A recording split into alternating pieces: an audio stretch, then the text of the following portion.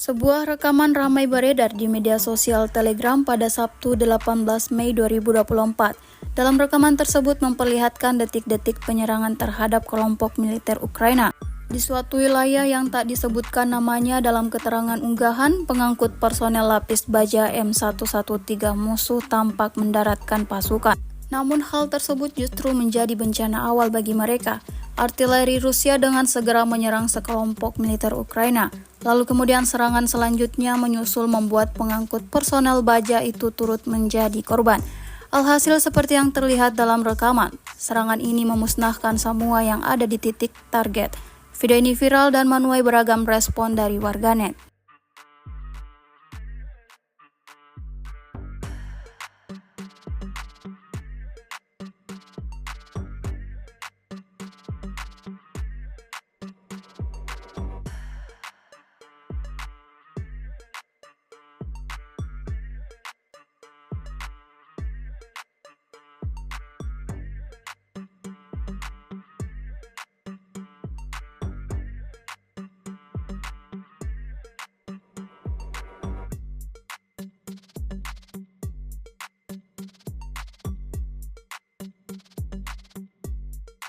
Download Tribun X sekarang, menghadirkan lokal menjadi Indonesia.